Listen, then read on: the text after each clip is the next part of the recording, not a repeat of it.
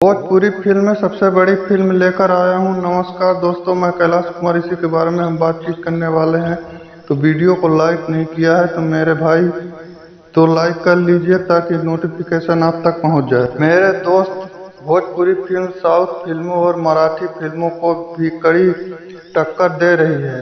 यह तक कि ये फिल्में बड़े बजट में भी बनने लगी है। आज हम आपको ऐसी फिल्म के बारे में बताएंगे जिसका बजट कई बॉलीवुड फिल्मों से ज्यादा है। इसके साथ ही ये फिल्म वीएफएक्स के मामले में मशहूर फिल्म बाहुबली को टक्कर देती है। इतना ही नहीं, फिल्म भोजपुरी इतिहास की सबसे महंगी फिल्म है।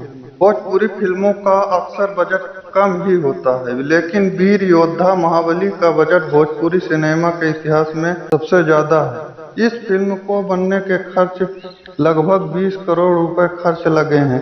आपको बता दें कि फिल्म वीर योद्धा महाबली देश के वीर योद्धाओं पर आधारित फिल्म है। इस फिल्म में भोजपुरी फिल्म सबसे बड़े स्टार दिनेश लाल निरहुआ और आम्रपाली दुबे दिखने वाले हैं।